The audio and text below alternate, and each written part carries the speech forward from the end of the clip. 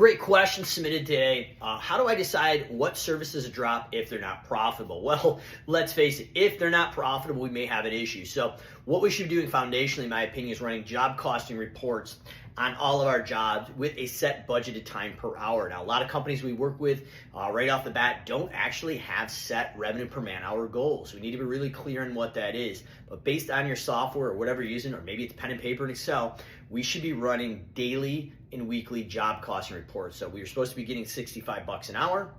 Did we hit it? Are we below it or above it?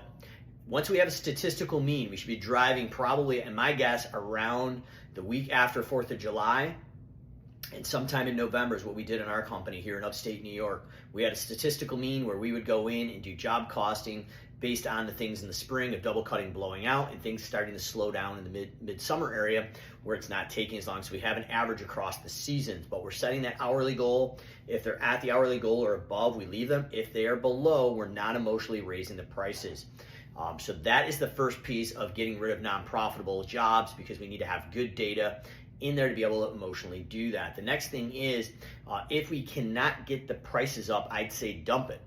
But once we have gotten all of our services profitable, how do we still get rid of those services? Kind of aligned to the question that was asked, and I think this is maybe what they're getting at, is part of the process we go through in the lawn care operating system that a lot of folks will do when we're creating a simple business is we'll list all of our core services, what services can be upsold with each other. So for example, fertilization and weed control can upsell mosquito, potentially primitive pest, depending on the license, fire ant, maybe deer repellent. But there's a handful of services that can be done at the same time with minimal equipment investment. You can double or triple the ticket value while you're already there.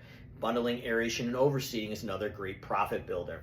And then finally, as you look at that, take the ones that have the least upsell potential, and are they trainable? Are they scalable? Do they scale without the business owner? And finally, the process we just went through, are they profitable? That's the thought process I would go through to get rid of certain services that may not be profitable or scalable and revolve around the business owner.